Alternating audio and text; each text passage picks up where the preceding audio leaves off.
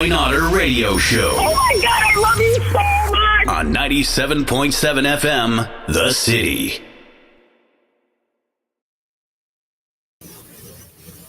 Greetings, blessings, and good fortune, everyone. Welcome to another episode of the Bitcoin Otter Show. We're coming at you from 97.7 FM, KCYP, The City, out of McAllen, Texas, here at the McAllen Creative Incubator. We're also going out on YouTube, Facebook, radio apps such as Radio Garden and TuneIn Radio. We have a great show for you. Great show for you today, everybody. As you can see, I have two very special guests with me, and actually three special guests. We'll introduce him in a minute. What I have to me to my right is the Concord Hospice Care Administrator and Owner, Julian Silva. Hello, everybody. How's everybody doing tonight? All right. And to my left is Cindy Uresti. She is the Concord Hospice Care Regional Marketing Director. Hello. On your cameras, on your screens, should be via his camera, Dr. Ivan Edwards, the Concord Hospice Care Medical Director out of San Antonio and a medical hospice expert. Glad to be here today. All right. Thank you. We are here today to, amongst other things, inform you and educate you on hospice care. Okay? So the regular Bitcoin Otter Show is just a little bit sideshow today, but I am confident that you're really going to get a lot of information, and information we all need to know, because we all have loved ones. We have family members. We have people that depend on us, and we want to be there for them. And we want to make an informed and educated decision on how it is we're going to care for them. Because, as my friend Julian says, now it's our turn. Okay? Sometimes, at some point, we're going to be the one that's going to have to make decisions for our loved ones, our elderly loved ones. And basically, we want to be informed on the options we have while we're making those decisions. So, what we're going to do for today's show is I'm going to introduce each of our guests, and I'm going to ask them questions at some point when they have come across with some basic information. And then after that basic information, I'm going to ask some questions, and as they're introducing themselves, I'm going to get onto the Facebook feed, take comments and questions as we go along. So, Julian, give us an overview of Concord Hospice Care, what brought it to you as far as how you started out, what your purpose is, and what it is that you can help educate the public on. Okay. So thank you for having me on the show. Of course. First it's of all, an honor. Yes, thank you very much. Concord Hospice Care has been in the industry for 3 years now. It is a sister company of Good Shepherd, and we service basically the Rio Grande Valley area and the San Antonio area. And today, as one of our guests, we have Dr. Edwards from San Antonio, Texas. And he is one of the hospice experts in the area of San Antonio. And he's going to be here today to answer our questions. And we're going to speak about some of the misconstrued conceptions of what is hospice care and questions and myths and so forth. We service the San Antonio area and surrounding areas, and the Rio Grande Valley area, from Rio Grande City, Texas, all the way to Brownsville.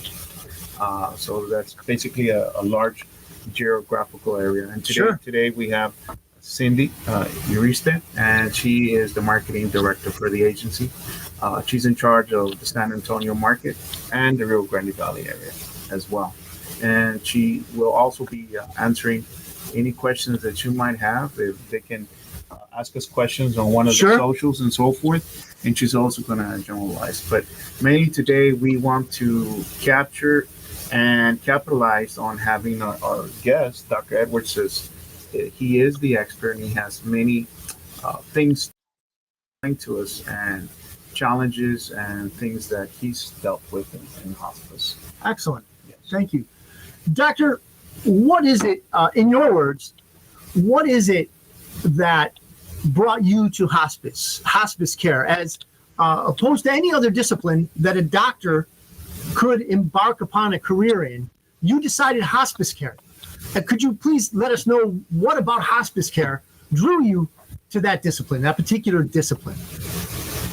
My brother was had a terminal disease, and we explored hospice, and he wanted to find two things before he passed. It's a planning. My brother he planned a lot of things, and so we talked about different ways, and he said, I'm going to opt for hospice care, and he did.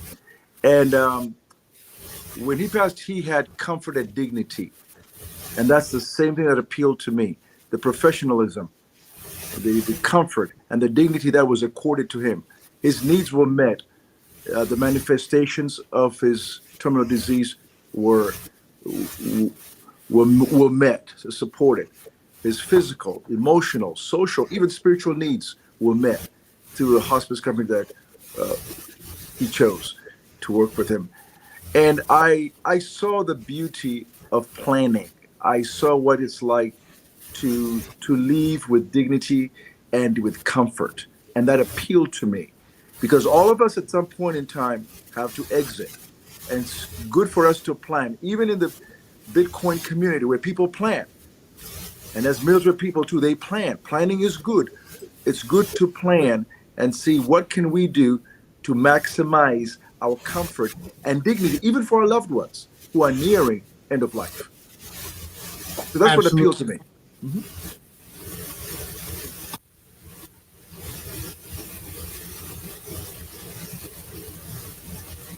So that's what appealed to me.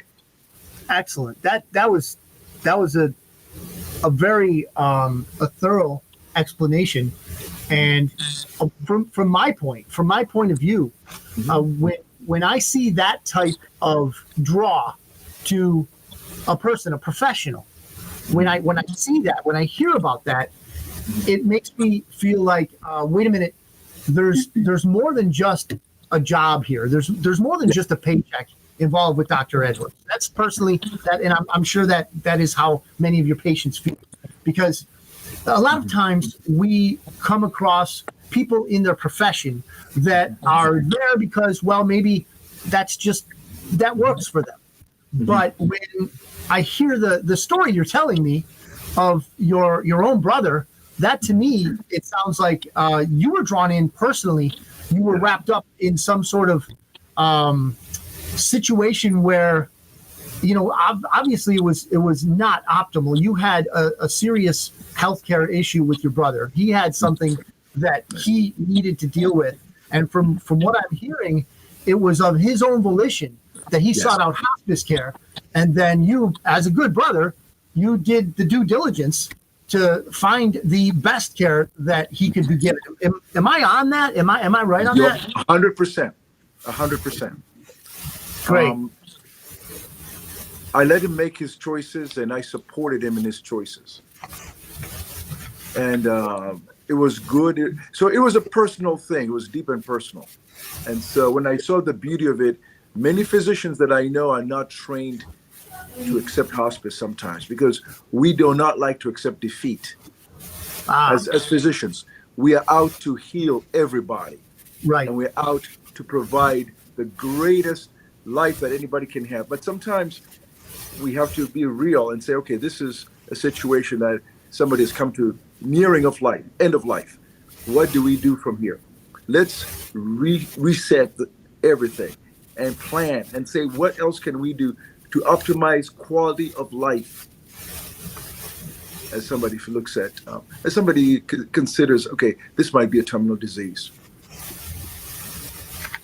And what I would imagine, Doctor, is that every one of us that is faced with an issue or a situation where we do need to care for our loved ones is going to go through or down a similar path as the one you yourself went down. Mm-hmm. So just in a way that I'm trying to relate to the audience, it seems to me that as you went down the path, you found the optimal care option. Your brother had already, it sounds, your brother had already brought it to your mind.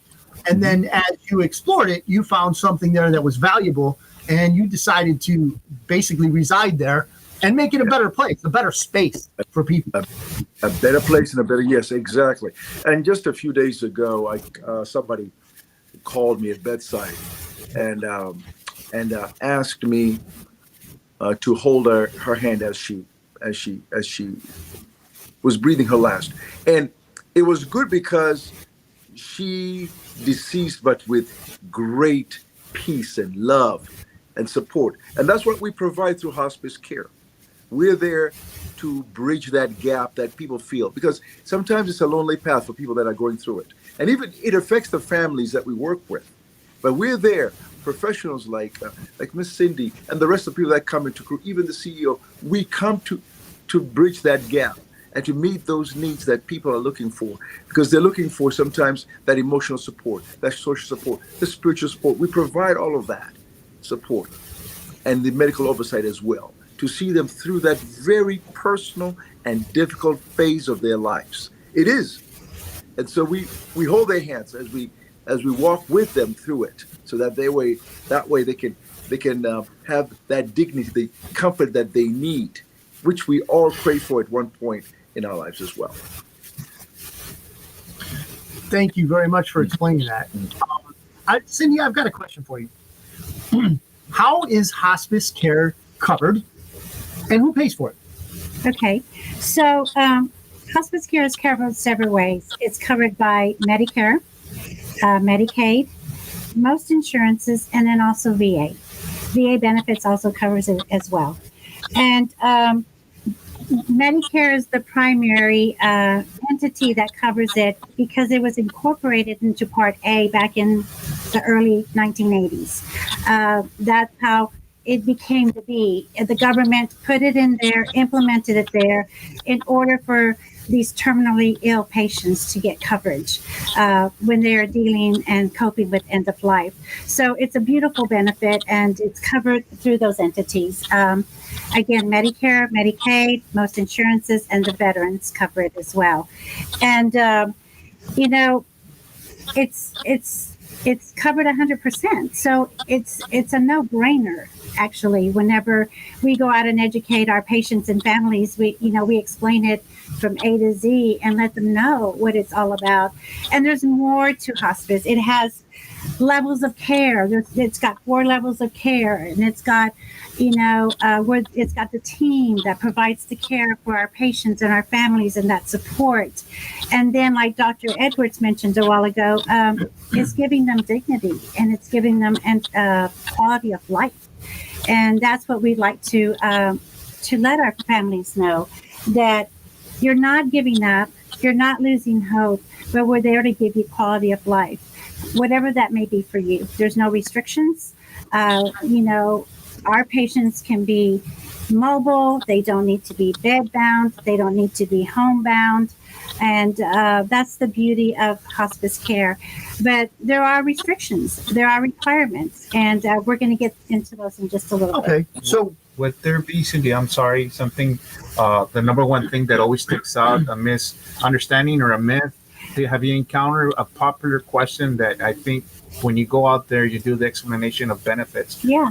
Your other marketers, the team in your department, what's the number one thing that they ask the most that you would want to speak about? There's several, actually, but I think the main one that comes to mind is I don't want to go anywhere. I want to stay home. Am I going to a place? Hospice is not a place. Fair enough. Hospice is not a place. We do home hospice. Concord does home hospice. We go to wherever the patient lives. It can be their home. It could be a nursing home. It could be an assisted living. And we come to the comfort of their home. The other one that comes to mind is, are you going to take me off of all my medications? Absolutely not. How can we do that? We are the experts in pain management and comfort. We're there to give you that, but we're not going to strip everything away from you. We're going to manage your symptoms. We're not there to cure, but we're going to manage your symptoms, and we're going to treat. And that's what we're going to do for these patients and our families. Doctor, when you were explaining the essence of what you do, you mentioned something about a loneliness. Can you talk to that as to how in your experience, hospice has broken through that sentiment with your patients? That sentiment or that feeling that, hey, I'm all alone in this. I'm going to a place that I've never been. And I really want someone to be beside me. Yes. It's there are many paths in life that we cross, and I've talked to several patients, and initially, before they come into hospice care, they are faced with loneliness, and with the fact that too, it's lonely. They might be surrounded by family as well, but they're lonely. And that's unique. It's hard to understand because they say, look, I'm surrounded by loved ones, yet I'm lonely. And I said, that's not unusual. So the first thing that we do is to connect. We have to connect with the patient. We must, and we do that. So once we connect with the patient and we win the patient's trust, they begin to unfold and to unravel and to accept that, okay, we tell them we're here for you. It's genuine. And people can tell what's genuine or not. They can tell. And once you win that trust and they know that you really care, because people are looking for people who really care. It's that heart-to-heart talk. It's that heart-to-heart connection. Once we make that connection, voila. Then we can tell them we're going to walk together in this pathway. We do have chaplains as well who are very well trained in this area as well. So we have chaplains to provide them spiritual support, and the doctors too who are in this field are well versed in connecting with patients at a deep level.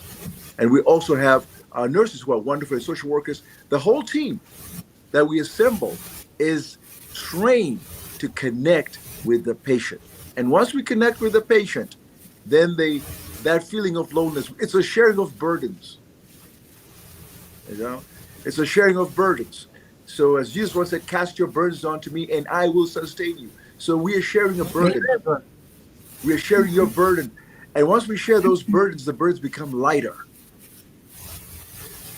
So I connect with my patients, and there's a friend of mine recently, he passed, and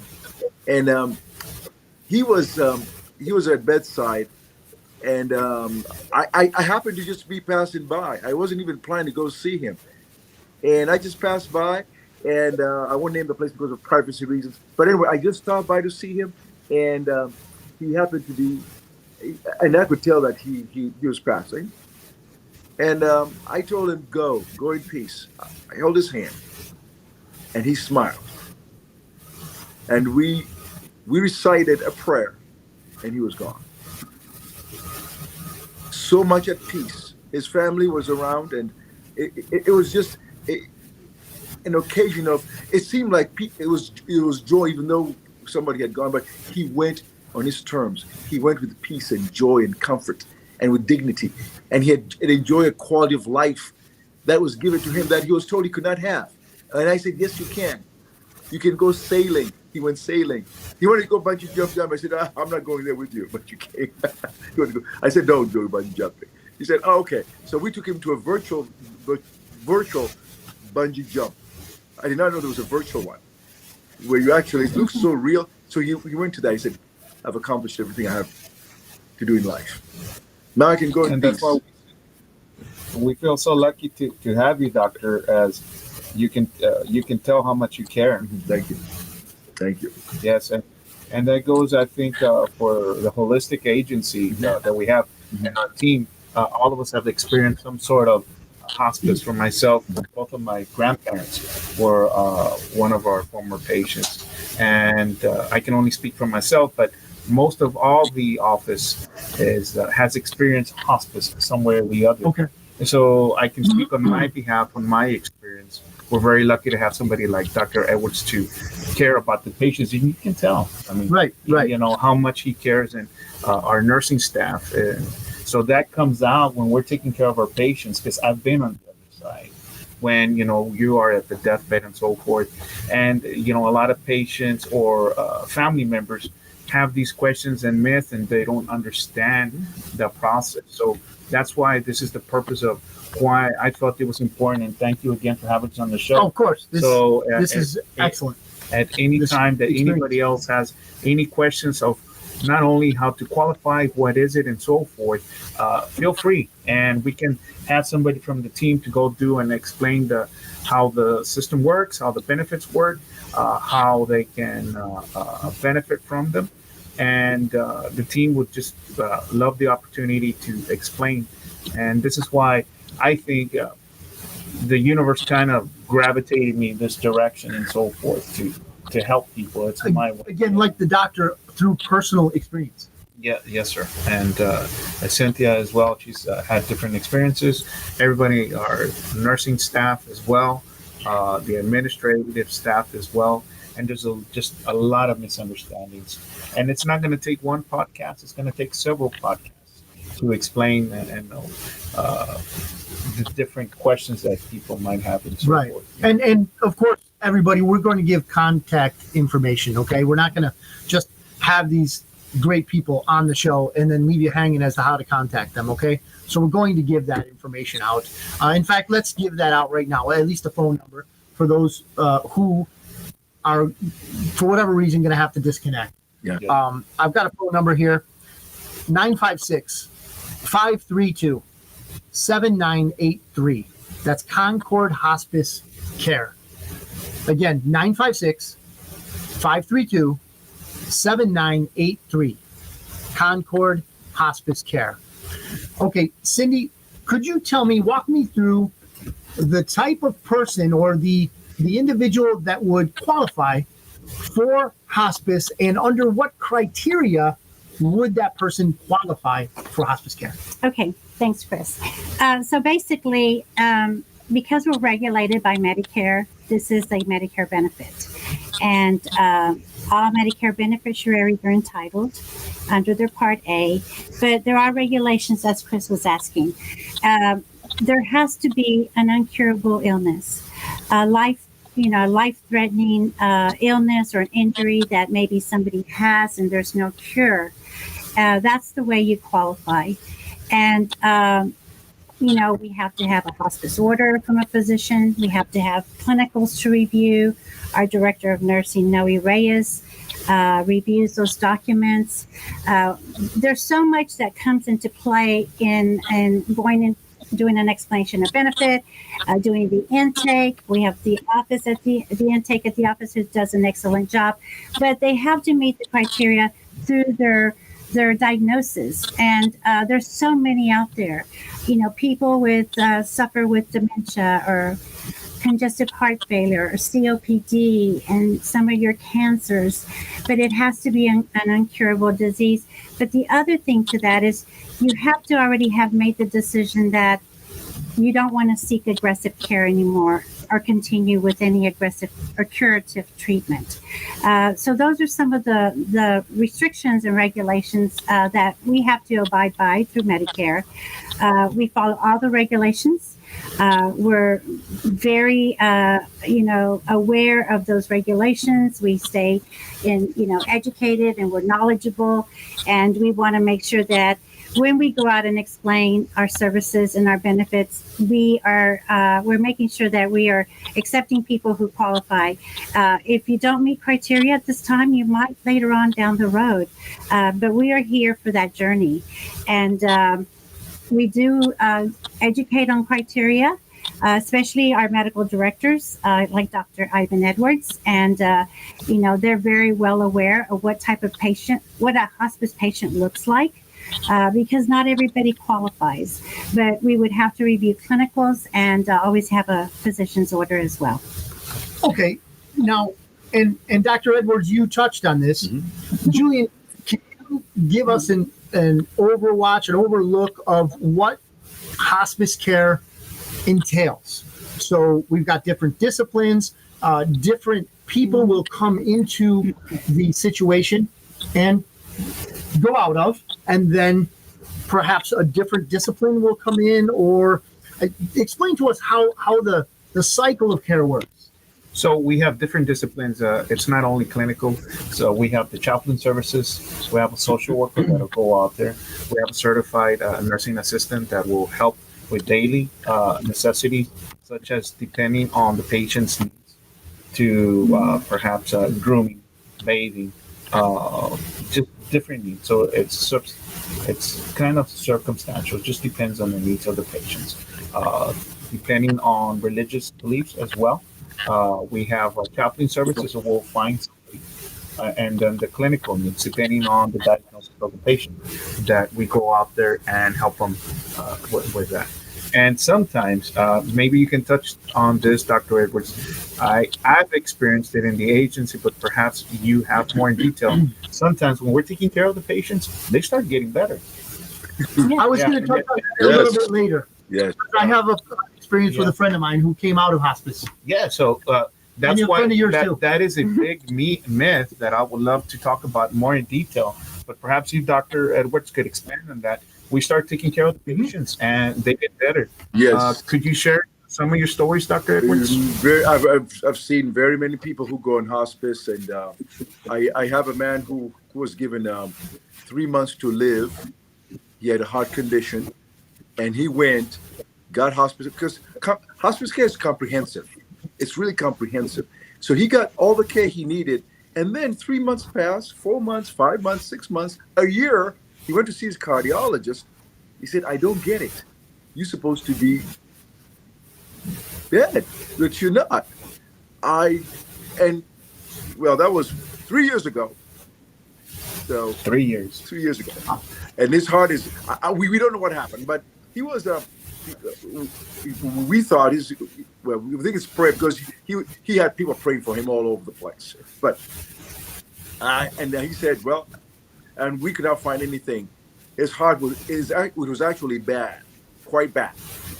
And we don't know how his heart just improved. He had a change of diet while he was on hospice. He said, I'm going to eat this, I'm going to eat that. He stopped smoking. He stopped doing everything crazy. And for some reason, his heart responded in kind. So, as the CEO alluded to, a lot of people have, one of the myths that they have is you only go to hospice to die. That's gloomy. Or hospice is giving up and losing hope. Not true. Not true. It's about quality of life that you and I deserve to enjoy even now. So it's not only, so you can go in hospice. We have this anticipation. We have this, you might be projected to live 6 months or less, but that's if somebody is showing decline, we still can have them stay on hospice. So once you're evaluated, we can come up with since it's a comprehensive plan, a plan that's individualized to meet the person at their point of need. So it's not a one thing fit all. No, it's a comprehensive benefit package that somebody might need, say more certified nursing assistant care than the other person. So it's possible, doctor, that you might get out of life alive. Mm-hmm. Yes. Oh, yes. yes. If it's not your time, it's not your time. I agree, sir. Mm-hmm. Excellent. Thank you. Thank you for sharing that. So I'm going to, a little bit of the program here. We had to do some gymnastics technically to get this on air today, because we're dealing with a bunch of moving parts here that is different from the normal broadcast that we have. So I don't believe any comments are coming out on the Bitcoin Otter feed or the Christopher Ott feed. So possibly if you're watching this on the 97.7 feed of Facebook or Joe Martinez feed on Facebook, I should be able to see your comments. Sue, you got on there. I see you now. So I think I'll be able to see your comments that way. Sue, could you tell us if you're watching us on Bitcoin Otter, Christopher Ott, or 97.7 Facebook channels? Thank you. So as we dig into this, and it becomes more and more, I just want to say the word personable. Yes. So as we learn, we become more familiar with something, no matter what it is. You know, it could be pottery, it could be botany, it could be whatever discipline or subject you want to dive into, once it becomes more familiar, it's less scary, and Yes. you become less apprehensive. So that's our goal for this show. We want people to see that there are faces, friendly faces, people who not only care about how they care for people, but who care about the people who are caring for their loved ones. So I remember, and my sister's on, so she can vouch for this. My aunt needed hospice care. And please don't, none of the viewers, please do not take this the wrong way. I have nothing against home health care whatsoever. In fact, if you have a home health care business or on something like that, contact me. We can work together in a partnership. I have no problem with home health care. However, I do have to say that when my aunt turned that corner, when her condition became such that she wasn't able to come back from the condition she fell into, unfortunately, it was dementia. So when she turned that corner to an end of life decision that was made, my sister, myself, my cousins, there were 7 of us, and I actually got to visit at one point, and then I have my sister Sue, who was the primary caretaker at that point. She described to me the difference between the home health care approach and the hospice approach. And not only that, she described to me the difference in the reaction and interaction of my aunt with both types of care. Now, granted, there's probably more in the healthcare that the BP cuff goes on, the needles go in. Perhaps that's part of it. I don't know. But when my sister Sue explained to me that, hey, Aunt Carolyn is really receiving not only top-notch care, but her reaction to the approach. And doctor, I've spoken to you a few times now, and I can only imagine that your bedside manner is as good, better than your ability to articulate your care for people. And that is very high. And I'm not just saying that because we're doing the show. I'm saying it because it comes out. It reveals itself through conversation, through your relation of the stories that you are kind enough to share with us. This comes out. And I'm sharing right now what my aunt, a dear aunt, she was a second mother to me, and what she felt and how she felt towards the people who were there for her at the end. Of course, my sister, my dad was there, family was there, but also they didn't have the experience that the hospice care had. They didn't have the abilities to make her exit from this world more comfortable. I guess part of what you said earlier, an easy release. So what I'll get to and what I'll ask you right now, doctor, is when you see this level of care, when you can take care of your loved one and watch your loved one ease into the end of their time here on earth. And as believers, and not everybody believes what we believe, but I personally believe that Jesus is on the other side waiting. And I know that my aunt was a believer, so I know where she went. And we all have to make that crossing. And doctor, I want to go back to our conversation before we even did this show. We're on a conference call. Mm-hmm. And Dr. Edwards related to us that he had been the last face that hundreds of people have seen on this earth. Yes. And to me, I was taken aback. And I couldn't imagine, what it would be like to be at and you have been there. I have not been. Yes. So, doctor, when you're at that point, when you are watching a person in their last moments, how is it that a care team that you obviously have assembled, okay, we have this, and we're presenting to our listeners and our viewers right now, a team. How is it that the average caretaker, loved one of the person exiting this life, how is it that they see you? Through what lens, and what are the reactions of the people who love, the people that are exiting, they're about to leave their life until they die. What are the reactions? I mean, I know you can't, maybe specifics won't work here, but what is it that a loved one can expect from hospice care in a brief synopsis? And a brief synopsis is that I like to remind everybody that all our days are numbered, all of us. And it is, amen to that. It is incumbent upon us, since we all have numbered days. All of us have days that are numbered. It's appointed unto men once to die. That's what it is. So, having said that, what I impart unto the family is that enjoy your family. Even now, call your son if you can. Call your daughter. Call whoever. Call your mother, your father, whoever. Tell them I love you. Random. Because tomorrow that person might not be there. And so once I tell them that, yes, this is a journey. You're going to meet again.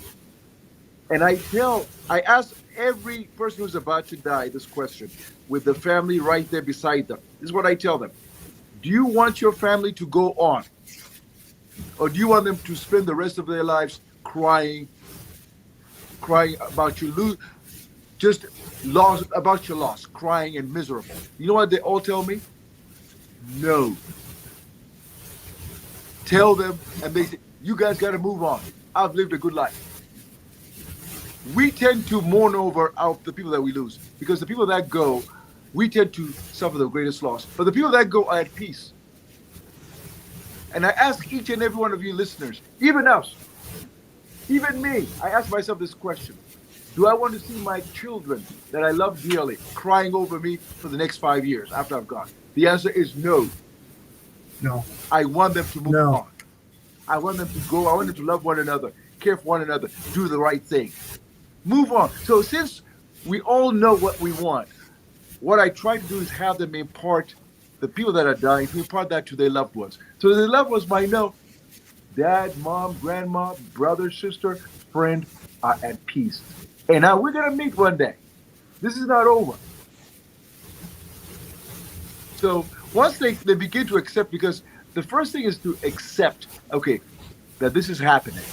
And we break it down. I like to talk to people who are about to die, and they tell me. They tell their loved ones, move on. I'm going to be okay. I've lived a good life. And if there are bridges that need to be made, they make bridges quickly. So I had that. I've lost two brothers, by the way. I lost a brother recently to a heart. He told me, he was a preacher. He said, don't cry over me. I've lived a good life. I know where I'm going. Tell mom, amen. Tell everybody, I'm in a better place. I give you 1 day to cry for me. Move on. I reminded all my siblings that. I said, remember what he said? He gave us 1 day to cry. Move on. So I say that because once we accept, it's unnatural. Death is unnatural. We were not meant to die in the first place. We were meant to live forever. We do live forever. Thank you for saying that, Doctor. Yes. Thank you for saying that. Death is unnatural. It's unnatural. We want to prolong it. But I dare say that we are more immortal beings. Our spirits live on forever. Regardless of religious faith, regardless of one's, we are immortal. These bodies will leave. We'll stay here, but we shall reunite with new glorified bodies. So I tell people, do not be shaken. Stay strong. Yes, you can shed a tear, but you need to get up and put on your pants and move on. Your big girl or big boy pants, so they say. But I don't know if that makes any sense. Thank you for that message. It is reassuring, especially for those of us that are going to be making these decisions. Yeah. Fortunately, you had the situation with your brother that he was able to make that decision for himself. Yes. Unfortunately, not all of the scenarios will occur that way. But what I'd like to do now is touch either one of you that would like to chime in on this. You also, Dr. Edwards. what are some of the myths that someone, unlike our viewers who are now receiving an education in hospice, what are some of the myths about hospice that you've heard? And some of them probably made you laugh. Others were probably even painful to hear, that someone would actually think that this is what hospice is about when you know what it's really about. Okay, well, in my experience, being the administrator for the agency, the big white elephant in the room usually is in the family. It's not talking about it in general. You might see your loved one that might need the services and they're afraid for different reasons. And this is why I think that having this roundtable discussion to talk about it and open up the conversations in the family, you have to talk about it. Like I mentioned last time, you should plan for it. It's coming. Everybody's going to need the services. And we plan for retirement. We plan for a family. We plan for a lot of things. This is something we should discuss and so forth. So that is a big, perhaps not a myth, but maybe a misunderstanding or so forth. And I have that discussion in the family to who's going to take care of mom and dad as well. So the myth I would get out of this is that we can just keep kicking the can down the road and we won't really have to make a decision. Yeah.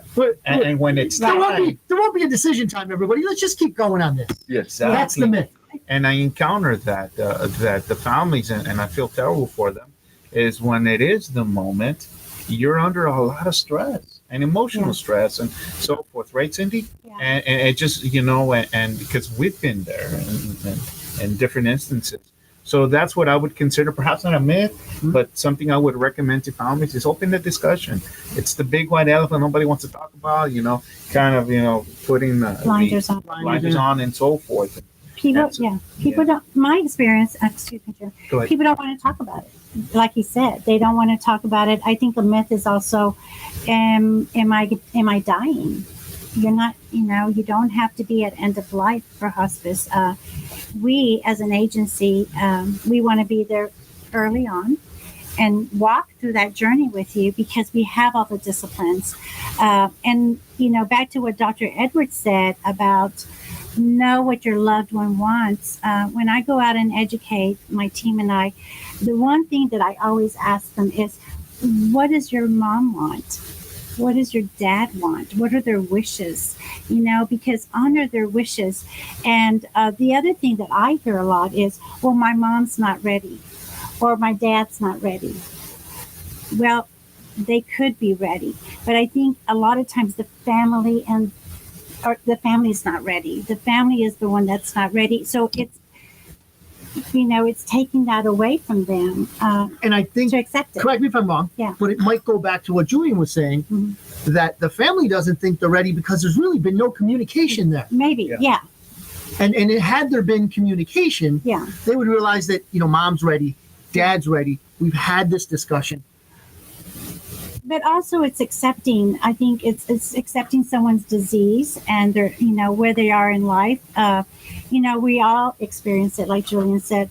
I have not had I've had relatives on hospice, but not a close loved one on hospice. My dad died in the hospital and, I take care of my mom now, but it's a difficult journey. It's very hard, to be a caregiver. So we understand, and you have to be compassionate and have passion, for what you do. And I think that us at Concord Hospice, that's what we do, and we want to give them dignity when they are dying, but going into hospice is not giving up, and it doesn't mean that you're at end of life. We want to give you quality of life. We want to be through that journey, and even when a person passes and transitions at the end, bereavement continues. We've got bereavement for 13 months after that. That's part of the Medicare benefit, and that's the beauty of this benefit. That is why we are here. We want to educate the community, and there's not enough education out there, and that's why we are doing this today. And those are the things that the bereavement care, those are the things that we are working towards today, which is to illuminate the subject that's right. Dark in many people's minds, including my own. I want to give a shout out to some of the people. Of course, you met my sister Sue. She's on. We have Hernandez Vaya. And Monica Ann Garcia, who says it's having a hospice heart, says Monica. Way to go, Monica. We also have Melissa Elder, who says that a myth is hospice is for people who are actually actively dying. And another myth, says Melissa, is hospice comes in and puts you on morphine until you die. There you go. Doctor, that resonated with you, huh? Yeah, absolutely not, Doctor. You can elaborate on that one. Yes, no, we don't expedite the dying process. No, we are professionals. We care. I treat my patients as if they were my family. You have to have a calling to do this, and I have the calling. To me, it comes naturally, but because I know my purpose in life. So we don't do that. We are out to meet people at their point of need. If somebody has pain, intractable pain, due to cancer, and we give them comfort so that way the pain does not, because it's very painful to hurt day in and day out. So we provide relief so that way they can enjoy quality of life. So that way they can go out and walk. I could bring example after example of people. I have another patient I know who's in hospice, and he's getting pain medications, but he's able to go out and take a walk. Without that pain medication, he won't be able to do that.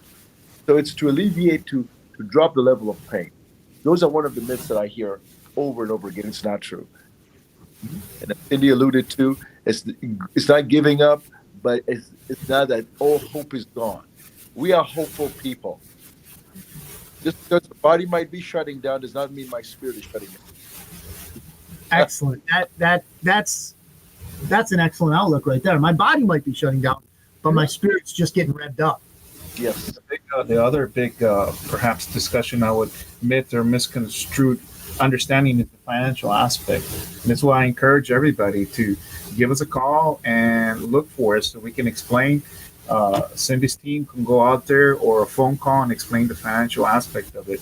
I've talked to many families, and sometimes they're concerned. They might not speak about it, but after we bring up the subject, is they're concerned, are they going to take the assets from mom and dad, right? And this is where we go out there and explain that, because that is something important. And again, we hate to use this term, but it literally is a case-by-case basis. Exactly. Right? Much, So you can't give a blanket statement as to, no, everything's going to be fine, or, hey, this is never going to happen. But at the same time, you can also say, hey, we can work it out so that it works best for all parties. Exactly. Right. Yeah, because there is some programs by the state through Medicaid, right, Cindy, that if they do participate in certain of these programs, some of the assets are taken by the government, not with hospice. Okay. Right. So I think that's important to put it out there. Most people will not even ask, but I want to mention it because it does concern the family. And I understand. Mom and dad, grandpa and grandma worked all their life to get this house, this home, whatever it might be. It took them all their life, and they're concerned about it. Yes. So it's an important aspect as well. Yeah. Which, going back to something you said, Cindy, early contact helps, right? Because even if your loved one isn't ready for hospice yet, and that's a good thing, right? Right. For the most part, the contact has been made. So you are able to follow up. Absolutely. And the involved party, the loved ones, are able to call and ask questions. Hey, we recently heard this. What do you think? Our situation has changed in this way. How does that benefit or work against us? All of those questions can be asked, but contact has to be made. Absolutely. I mean, I think that once we get a community referral or a referral from a hospital or a physician, whichever it is, I mean, we make immediate contact. We put ourselves out there. We're always available for those patients and those families. I know that my team is always available. We have our business cards, we have our brochures, we have all the information.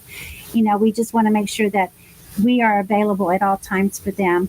And as you mentioned, it's so much easier on the family and the patients to come on services early on versus to wait at the end and be in a panic, and then you don't know what to do, and then you don't have the support on making the funeral arrangements.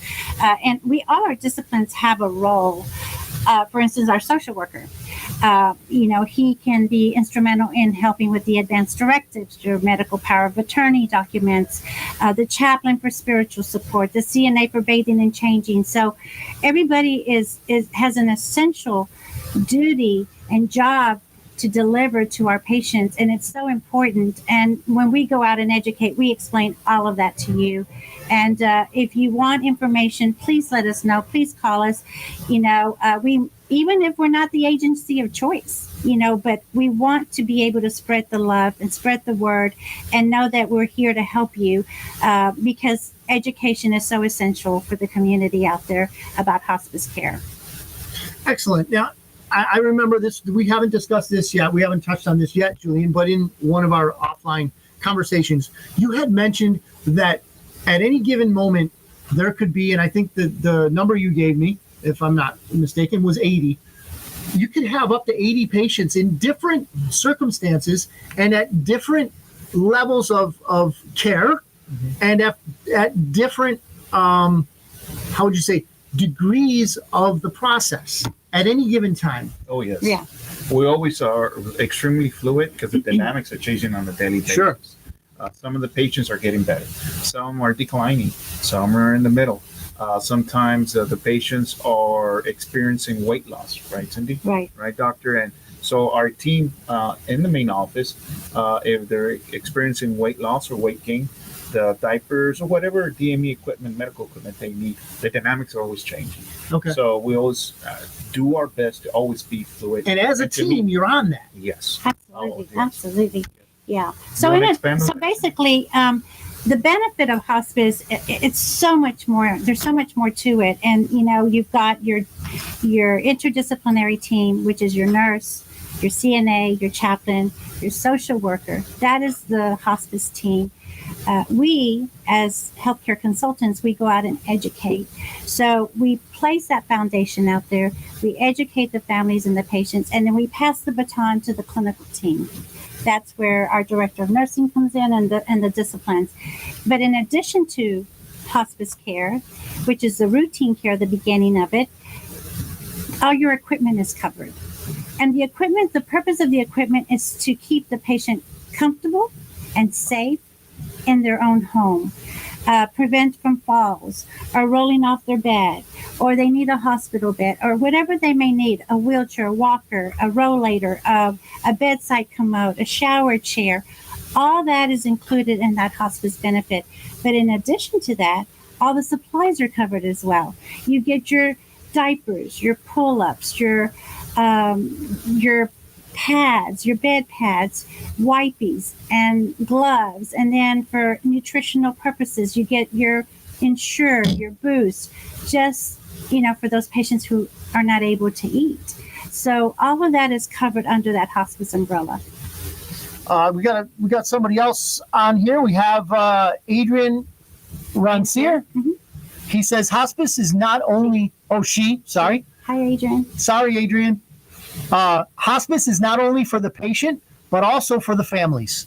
Yes, we're elaborating on that right now, and we're trying, and I hope we're succeeding. I hope our viewers are getting a very well-rounded description of what it is that hospice care can do and how the team, Concord Hospice Care, can help them. That's what I'm hoping is coming across here. And your comments are very, very much appreciated. Thank you. So, Julian Silva III. My son's online. Huh? All right. Hey, Julian. He says, Howdy. Hi, J3. please explain why and how you are different from other hospice providers. Would you like to take that one, Dr. Edwards? And thank you very much for helping us out tonight. As everybody can tell, he's an excellent doctor. We work very close with the doctor, and I think that's one of the ways we are apart, because our nurses are always in contact with the doctor.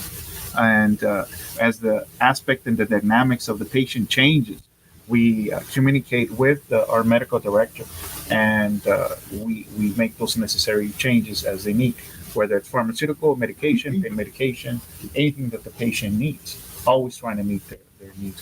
But perhaps, Dr. Edwards, would you like to explain on that? Expand. When you look at there are many hospices all over the place, but it's like, look who is at the head. When I met Julian, I just told myself, I'm like genuine, and the people who are Miss You Rest right there is gold, dynamite.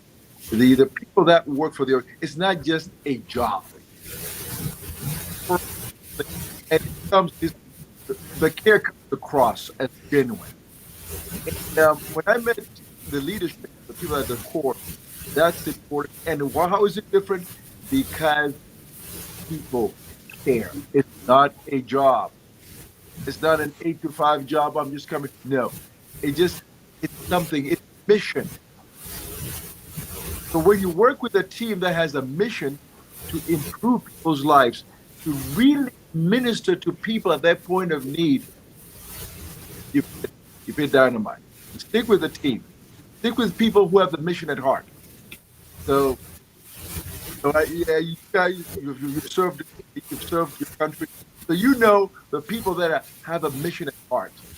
Those are the people that I remember. There was a movie once. He said, "Remind me." He said, "We're going to battle. I make this promise to you. I'm not leaving one behind." That's the person at the Titanic, the captain, had an opportunity to leave the ship. And what did he say? "I'll be the last person to leave this ship. Y'all can go." That's pretty. So when you put that in the leaders, what makes Concord Hospice different? I see it. Really doesn't have to take nobody. What the lady?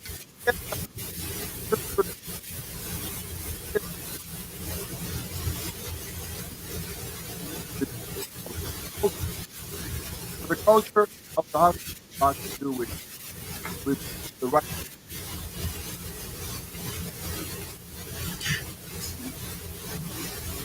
Doctor, I'm sorry. Hopefully you can hear me. We're having trouble hearing you. Joe and I, and if you're a regular listener to the Bitcoin Otter Show, you know that we are spiritual people.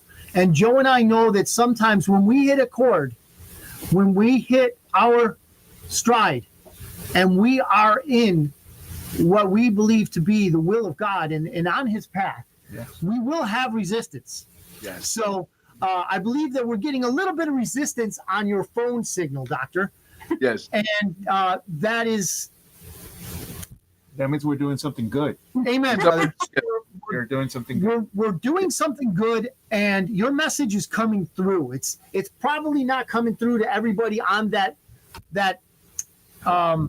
verbal level, but it certainly is visually. You are an animated speaker, sir. And we can see that you are both mentally and emotionally engaged in the message you're giving us. We can see that. I would also like to say that we have a few more listeners out there, a couple more. Well, Sue, she says, and this goes to Adrian's comment, that hospice is not only for the patient, but also for the families. So Sue says, "I always felt I had support. I was not only educated on how to physically make her life more comfortable, her hospice team was there for me emotionally. I cannot express how much I appreciated her hospice team."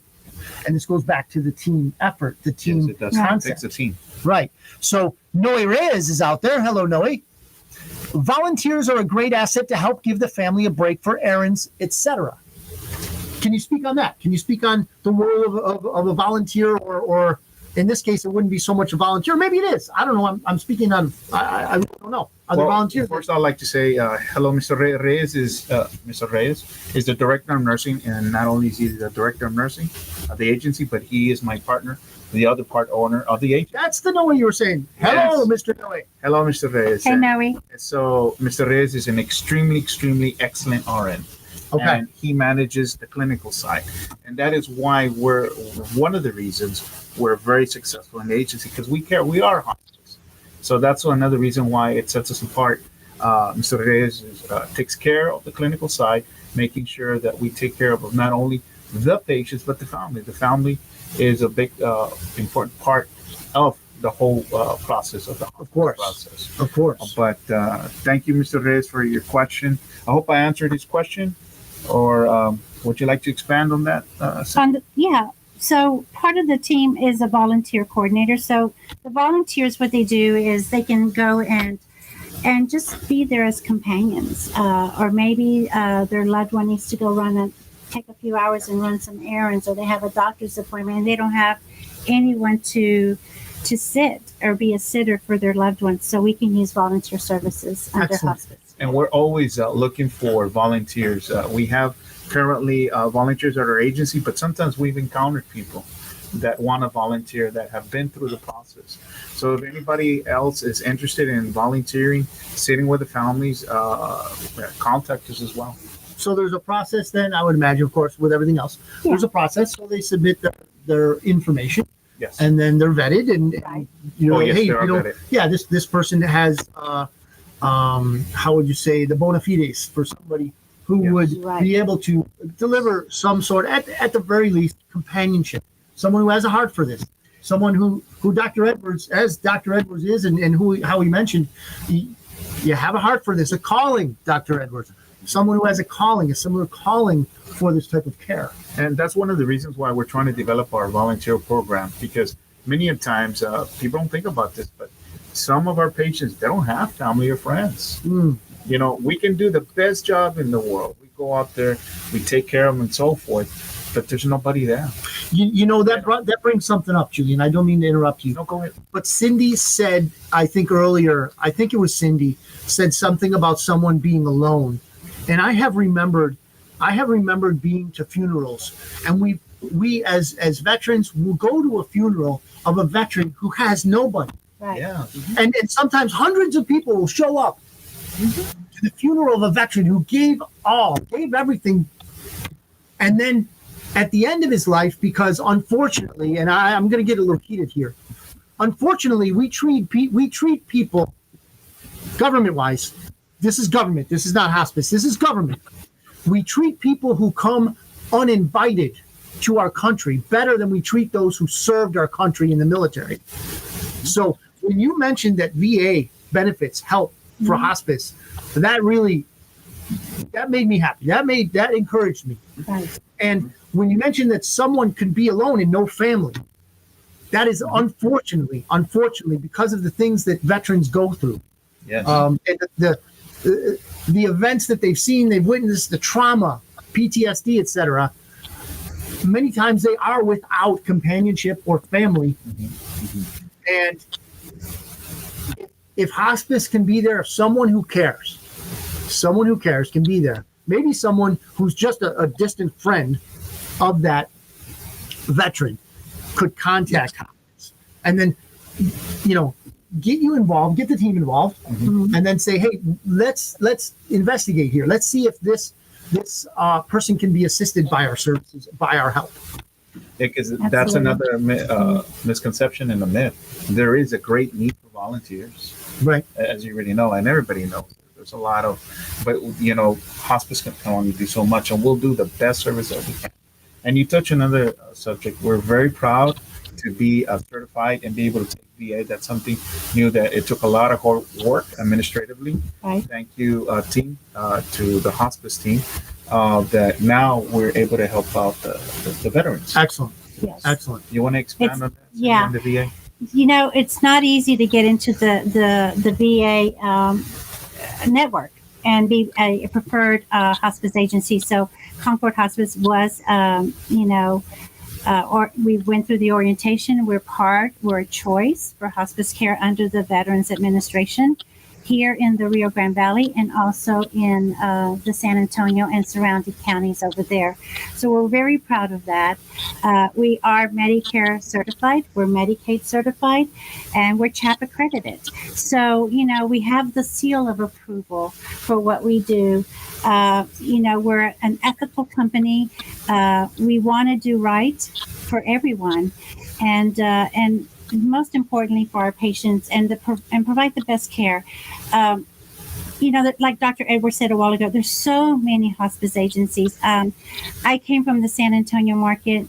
I'm here in the RGV market now, which I am so proud to be here because I'm helping my people, the community here. And it's a different market. Every market in Texas and the United States is so different. But hospice is so competitive. It's out there. And back to what sets us aside, and I think Dr. Edwards said it, great. We care. We care for our patients. We love our patients. We go over and beyond. For example, Noe Ray is our director of nursing. We take pro bono patients. We take charity cases sometimes. Hospitals are always reaching out to us and asking us, can you help us with this charity case? Because they have they have no insurance. And we are able to step up and take those patients and care for them. We do it all the time. We do it weekly. We do it monthly. We do it because we care and we're able to do it. And we don't even blink an eye about it. Thank you. And I want to highlight, Adrian says that sometimes volunteers are the only person the patient has left. Unfortunately, it's sad, but that sometimes is reality. We're going on about an hour, and as I told you all, I think I did, that it goes fast. Yeah. I've enjoyed myself learning about this. I think, and I hope that our viewers have enjoyed the learning process, or at least gathered some information that can serve them and their loved ones in the future. I would like to give you an opportunity, each of you, to say one last thing about what it is. And this is not the end. This is not the end. We will have either another roundtable, or we'll be bringing these guests back at some point or another, hopefully sometime soon. And we'll be explaining some more things. Give me the feedback, bitcoinotter.media@gmail.com. Feedback, and we'll tailor the show to what it is everyone's looking to learn. So we're going to end up with you, Dr. Edwards. We'll leave the best for last. Julian, go ahead. What would you like to impart if you haven't imparted a certain aspect of your hospice care? Sure. Well, please do it now. We are hospice. We really are. I am part owner of this agency, me and Mr. Reyes. So what I take pride in is that I'm always trying to do my best. There's not many other owners of other agencies that actually partake in different aspects of the team. And sometimes I get involved and, trying to facilitate things to get done and so forth. Because it's very fluid. The hospice in itself, the dynamics are always changing, what they need of the patients, and I'm trying to make sure that always is taken care of.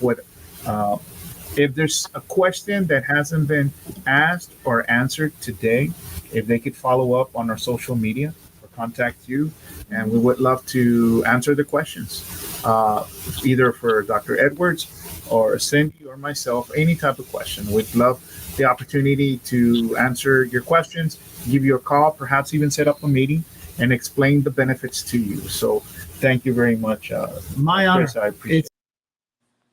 It's my honor. Cindy, at the end of whatever you would like to add, in addition to what you've already given us, thank you. You're welcome. Please add your contact info, possibly a website or whatever you'd like to share. Okay. As Julian said, please follow us on social media. We've got Facebook, we're on Instagram, and our webpage is concordhospicecare.com.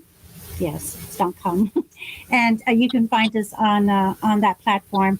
And as Julian mentioned, if you have any questions, if there's something that we weren't able to answer this evening, call our number at the office, the 956-532-7983.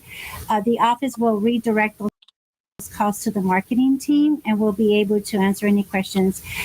We don't need an order from a physician for a consultation, which is called an explanation of benefits. They're called EOBs.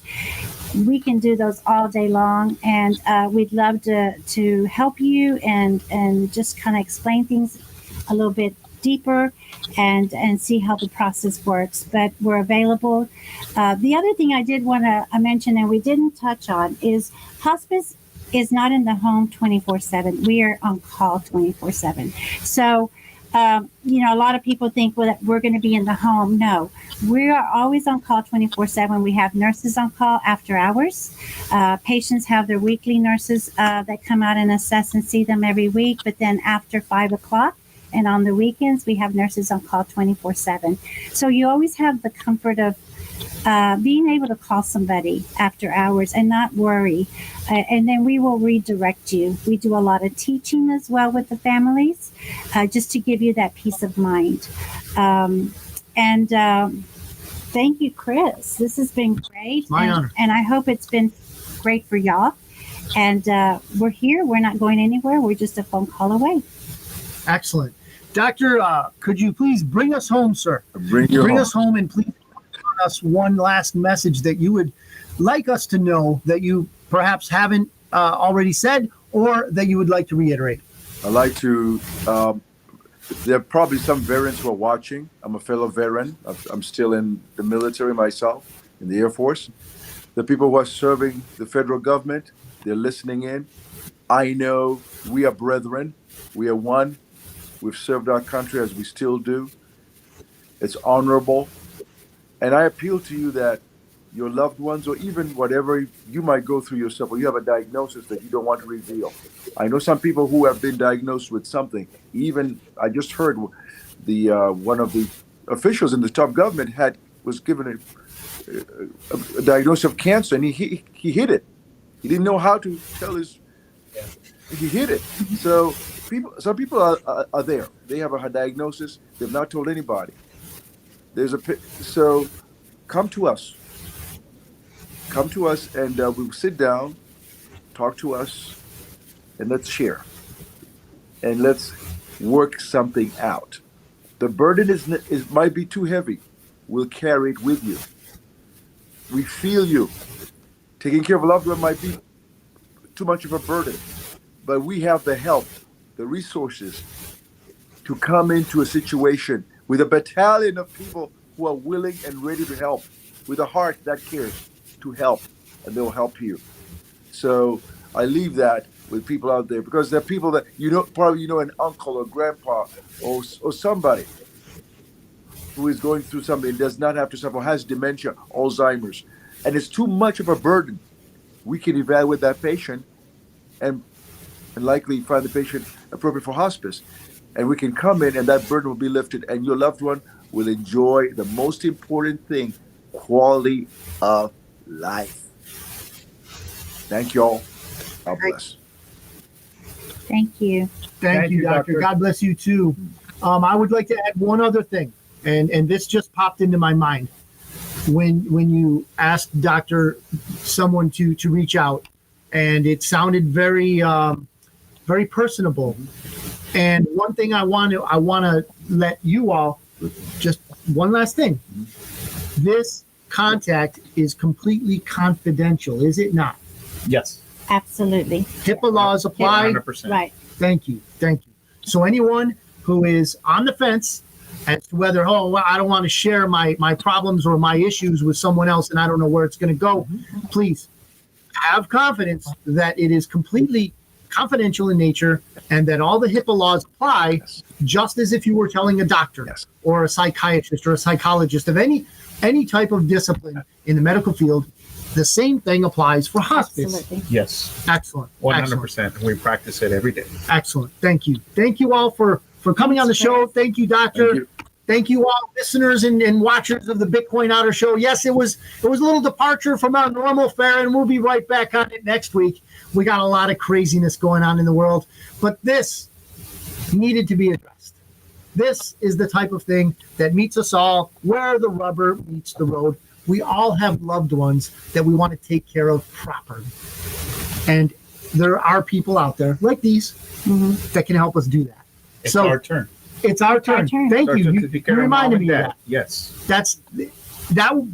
That came to you throughout your experience. It manifested. Yes. How do they term that in politics? Grassroots. Yes. It was a Yes. grassroots theme that you tuned into, and you basically said, "Now it's our turn." Yeah, mom and dad, grandpa and grandma took care of us when we were small. Now it's our turn. Let's make sure we take care of them the best that we can. Let's do our part. Our loved ones. Awesome. Thank you, everyone. We're going to head out now. And one more time, I'm going to go with that number 956 532 7983. Hospice, Concord Hospice Care. Thank you for listening. God bless you.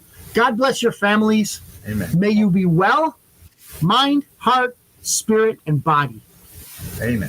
Thank you. And until next time, we love you.